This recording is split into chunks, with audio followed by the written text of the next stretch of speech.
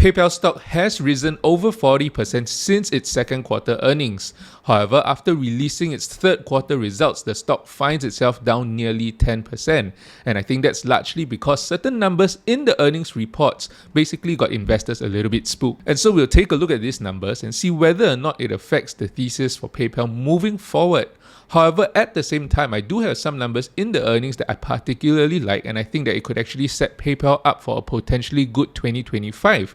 And so, as always, potential is a dangerous word, so let's dive in. Now, I largely believe that the drop in PayPal stock price is due to its huge run-up leading into earnings, as well as certain misaligned expectation, let's say, of investors. Now, in the second quarter earnings, right, Alex Chriss basically positioned PayPal as a growth company. He spoke about their expanding total addressable market, as well as the long-term growth opportunities that company has. And since then, no doubt, their execution has been fantastic. You see, they actually announced partnerships with companies like Shopify, Fiserv, and Adyen, and even rolling out PayPal Fastlane in August of this year. But I believe some investors perhaps didn't fully understand the context of these statements made by Alex Chriss, which led to a misalignment in expectations, and when the growth they expected didn't materialize in the third quarter and in the fourth quarter's guidance, these investors sold off. But if you look back at the fourth quarter of 2023, Alex Chriss already told us that 2024 will be a transitional year for PayPal, and the goal is to accelerate profitable growth. Now, this term profitable growth came up again in the first quarter of this year, right? They say that they still have a lot of work to do and a lot of opportunity to drive profitable growth. And again, in the second quarter, they actually said that they are on track to make meaningful progress of transforming PayPal for long-term, durable, and again, the same term, profitable growth. And once again, this came up in the third quarter earnings where they actually talked about investing in areas that drive profitable growth. You see, PayPal's aim is basically not to just drive growth for the sake of growth or growth at all costs, whereas it's actually profitable growth, and investors need to understand that. And so that means that, many times when it comes to certain business decisions, it is actually margins and not revenue growth that will take precedence. And I think Alex Chriss really couldn't have been more clear about his plan for PayPal, but nonetheless, I think the slowing growth still spooked investors. Now, in Q3, we actually also see some of Alex Chriss' vision coming together. Remember in the fourth quarter of last year, he basically spoke about how PayPal is in a transitional year, and basically they kind of reviewed what PayPal is transitioning to. So basically, they actually tell us that PayPal is shifting from just a payments company into a commerce platform, and moving a company of this magnitude really takes time. But some of these results, like I mentioned earlier, can already be seen in their business dealings, in their partnerships that they actually made over the last couple of quarters. But the problem for investors is that hasn't yet translated into revenue growth. And so the key for management is to be able to use these partnerships as key growth drivers for revenue moving forward. So let's take a look and jump in to see actually how PayPal actually did in their financial statements. Now, I don't actually like to compare a company, right, with analyst estimates. I actually prefer to compare a company with management's own estimates.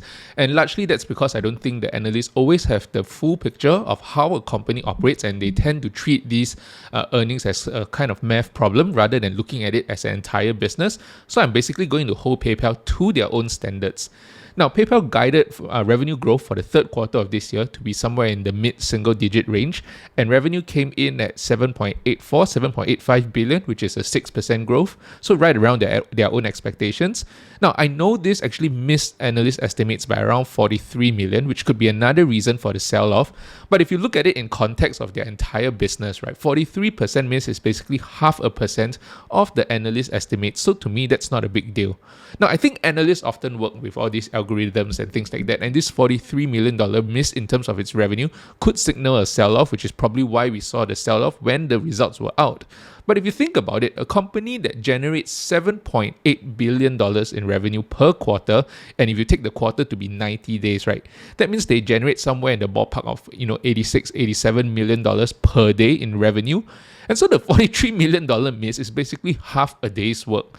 So when they miss analyst estimates, I'm really not too worried at all, as long as the company achieves its own internal estimates. Because if they miss their own internal estimates, then it tells me, this company or this management doesn't have a good handle on their business. So a mid-single digit growth to me is somewhere between 4 to 6%, right? I mean, logically speaking, 1 to 3% low single digit growth, 7 to 9 high single digit growth, right?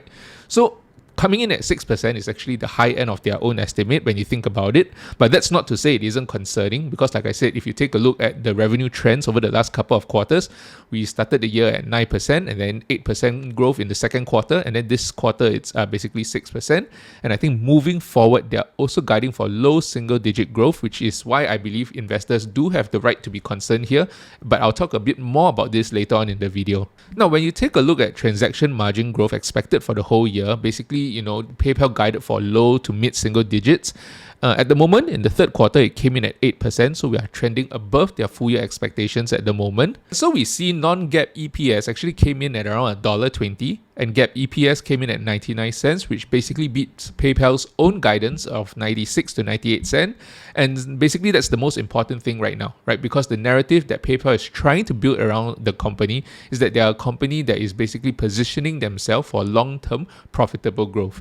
And so basically, their revenue miss, analyst estimates by somewhere around 0.5%, and their EPS beat by around 1%. And honestly, neither the beat in EPS nor the miss in revenue is really too big of a deal, right? And it just shows you that the company is performing as expected. I think Jamie Miller, who is the CFO of PayPal at the moment, basically emphasized this during the call when she said that as part of our price to value strategy, we are moving deliberately and making decisions that prioritize healthy, profitable growth rather than targeting a high proportion of processing volume at low or even negative margins.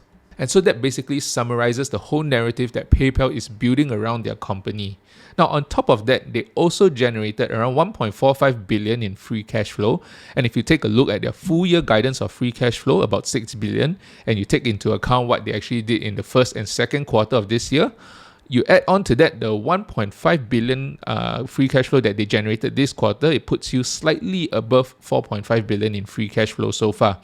So they are basically on track to achieve their guidance here as well. And why do we actually like this free cash flow? Because PayPal is actually using it to generate value for investors through their share buyback programs. And speaking about share buybacks, let's take a look at what they did this quarter. Now, in the third quarter of 2024, you can actually see that PayPal spent a total of 1.8 billion in share buybacks, basically returning value to shareholders. And on a trailing 12 months basis, the total share repurchases amounts up to 5.4 billion, and they basically reduced 7% of the float so far. So all this will basically be accretive to their earnings per share. Now, all things considered, I do think we find ourselves in a quarter where PayPal has actually taken a number of significant steps to basically put their business in a stronger position moving forward by rolling out new features and partnerships and things like that. And the problem is that all of these things are, not yet contributing to the top line revenue growth for PayPal. Now, Alex Chris actually talks about rolling out the new checkout experience on both desktop and mobile for the US customers, and this actually helps to improve conversion. Now, I think this is really good because it's just in time for the holiday season. Now, although from what I understand, it seems like they won't be able to fully roll this out to all their users by the holiday season. Currently, only about 5% of US checkout experiences have access to these features, and so they will continue to roll it out over the course of the holiday season and into 2025. So this is something that could really expand both their top and bottom line. Now, on top of all of that, I think PayPal Everywhere, the whole advertisement with Will Ferrell, is a platform that added more than 1 million first-time debit card users, and they actually collect data on all these debit card users, right? And so in the initial data basically shows that, there's an increase in usage of PayPal branded checkout from all these users as they shop online, and about 5x increase in the amount of spending online. So this, as they expand this initiative into Europe next year, we're definitely, going to perhaps see some growth in the branded checkout segment, which has been more or less stable in the last couple of quarters. Now, another aspect of PayPal that actually got me pretty excited is about how Fastlane will allow PayPal to basically take market share in a new market within the payment space itself, which is guest checkouts. Now, having only 1,000 merchants on board, right, is still way too early to tell its effects on, PayPal's revenue and profitability. I actually thought they'll roll it out to more merchants by now, seeing that this whole initiative was rolled out in August and we're already in October. But at the same time, I do think that this slower approach to ramping up Fastlane basically allows them time to iron out certain processes before a wider adoption. Now, as you can see over here, right, I think PayPal really believes that they are way ahead of their competitors in the guest checkout space, and that allows them to gain a large market share and a market leading share, hopefully, moving forward. And if this thesis really does play out, it will definitely translate to revenue growth for them. Finally, it comes to their unbranded checkout Braintree, right? So this was actually a drag on margins under previous managements due to the contracts that they signed. They wanted, a lot of processing volume and things like that. And, as Jamie Miller basically told us, the CFO, a lot of these contracts meant that, they process a lot of the payments volume, but at low or even negative margins. And so as current management basically cleans up the mess over here, this segment of their business, previously was a drag on operating margins. Now it's going to become a drag on revenue going into the end of 2024 and into the full year of 2025 as well, as they are resetting some of these relationships with the customers. And so what is actually happening here, right, is that they basically go to the customers, they renegotiate the deal, perhaps taking a lesser share in terms of the payment volume, but with better margins. So over here, you can actually see that, they give an example. Perhaps in the past, we were processing 95% of all the payments. Now we are only processing 75% of the payments, but at better margins. And so this is the second quarter actually of Braintree, being a profitable segment of their business. And so we can see the current management's vision for PayPal is slowly taking shape. And so for me, how I actually look at this is that in the past, Braintree was actually a drag on their operating margins, and because of that, investors were unhappy. Now, obviously now, Braintree has become a drag on its revenue as well. And while the optics are not very good, I think investors have to realize that, hey, now it's no longer growth at all costs, it's basically profitable growth. And you, as an investor, you basically have to understand the position of where the business is, and you can't have it both ways, in a sense. Because right now we're actually talking about an actual business. We're not, talking about one of those simulator games that you find on your iPhone. You make a switch and then the immediate effects of the changes is basically noticed. PayPal is an actual business generating actual revenue with contracts and things like that with their customers. And so basically, to me, I see this as a spring cleaning of their old contracts. And since growth wasn't impressive, right, even with the contracting margins, so to me, they are taking a stance of, since our growth wasn't that fantastic, to begin with, even if we slow it down a bit more, it's not too big a deal as long as we make this segment profitable. And the word that they have used here a few times is the word reset. So as investors, we have to align ourselves with management and to understand that this reset is going to take place over the next 1 to 2 years, which means that we can only expect Braintree to contribute even more to revenue growth only in 2026 and beyond. And I think the exciting thing about Braintree is this. Let's take a look at how Alex Chris answered this analyst question on Braintree's pricing. Now, the question was actually a twofold question. Firstly, about their competitive positioning, as well as their ability to receive a prominent location of the buy button. So this basically also, I guess, addresses why the rollout process may be slower than expected, because it's no longer, just a pure play payments platform. And in his answer, Alex Chris is basically showing us the synergy between all of PayPal's offerings. While people are just talking about Braintree by itself, you can actually see it's not just Braintree as an individual offering. They bundle the PayPal buy button, which is basically their branded checkout. Now, on top of that, they add on the ads platform to help merchants target the right customer and drive up conversion. And at the same time, they also have Fastlane as another offering that helps with guest checkout. And you can see all of this actually come together, and we talk about it, a lot of times as individual segments of PayPal's business. But you can see that when PayPal is sitting down across the table with a customer, the merchant is not just, buying 4 different products, but one integrated product that can actually help to grow their business rather than just, performing payments for them. And so in general, if you ask me, I think it's quite hard to judge PayPal and, purely just 2024's financial performance. Some of the numbers are going to be lumpy because you're comparing to an old business model where margins were not consistent and oftentimes, compressing for the sake of chasing revenue growth. And it seems to be that, in 2024, they have focused on, the more consumer-facing side of their business, as well as small to medium business initiatives.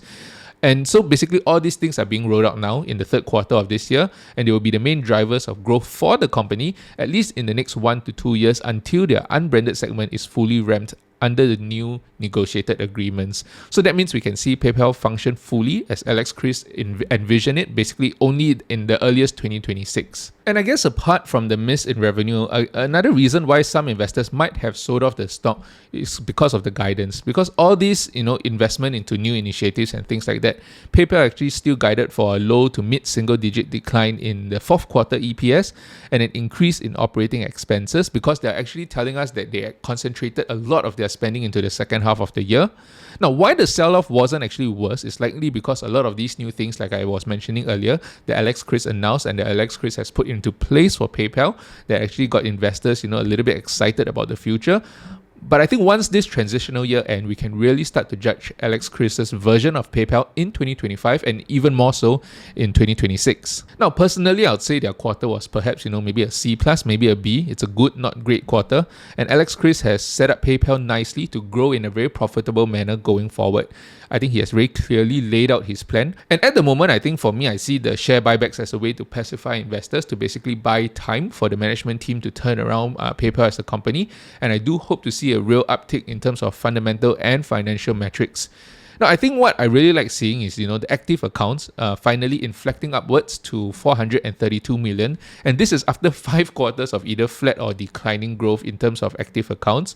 And not just that, people are not just signing up to show support. Transactions per accounts are actually also up, which is healthy. And I expect this to keep increasing as PayPal continues to target growth in the US and Europe markets.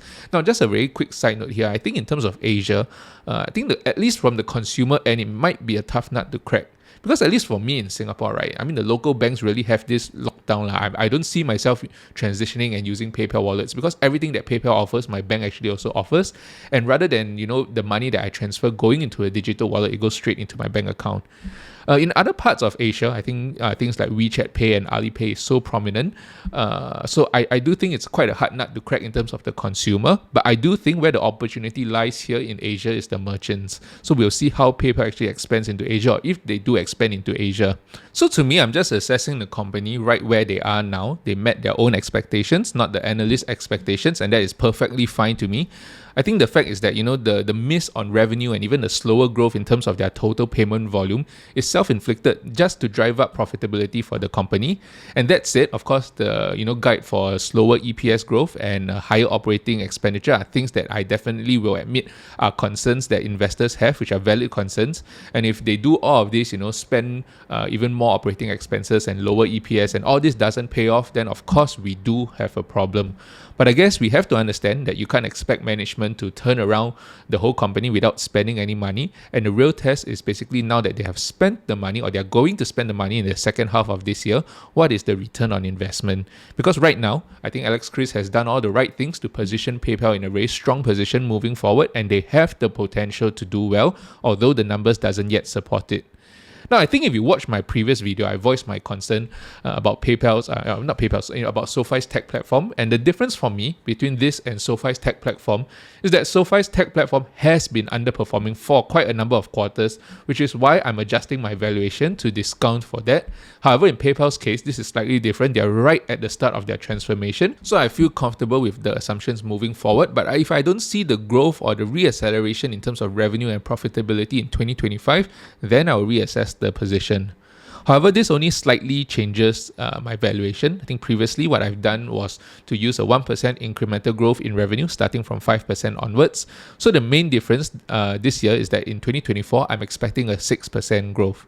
Now, very simply, right, if you sum up the revenue in 2023, you'll realize that in 2023, for the full year, PayPal made 29.7 billion and they guided for a mid-single digit growth. And the 6% growth basically means that they expect revenues in 2024 to come in at around $31.5 billion. And so what would need to happen for them to get there? In the first quarter of this year, they grew at 9%, second quarter, 8%, and this most recent quarter, in the third quarter, they grew at 6%. Now, currently, the 3 quarters of revenue comes in at around 23.4 billion if you add them all together, the first 3 quarters of this year. And in order for them to reach the $31.5 billion mark, they will need the fourth quarter revenue to come in at $8.1 billion, which is actually only a 1.6% year-over-year growth, and that falls more or less in line with their guidance. Because if you take a look at their fourth quarter guidance, they guided revenue for a low single-digit growth. And again, this slower revenue, like they say, is basically down to the effects of renegotiating some of the Braintree contracts. Now, why didn't I use 5% year-over-year growth? Why 6%, right? Because I actually tried the numbers with 5% year-over-year growth instead of 6%. That would actually mean that the fourth quarter revenue would only need to come in at 7.8 billion instead, and that would be a 2.1% year-over-year slowdown, which would mean that PayPal basically missed their own guidance. And if that's the case, then I think it could really be concerning, but I'm not modeling this out for now. Now, if you take a look at the 2024 column, I'm not projecting this out. I'm actually using the trailing 12-month numbers. So there's 6% growth thus far in 2024, but 7% growth in 2025 assumes we see the impact of Fastlane and their other checkout experiences scaling, and the revenue growing to 8% in 2026 and 2027 as their unbranded platform comes back to growth after taking 2024 and 2025 to reset. And then the growth basically slowing back down to around 5% in 2028. So on a trailing 12-month basis, the cash flow margins is around 24%, which is their average cash flow margins over the last couple of years.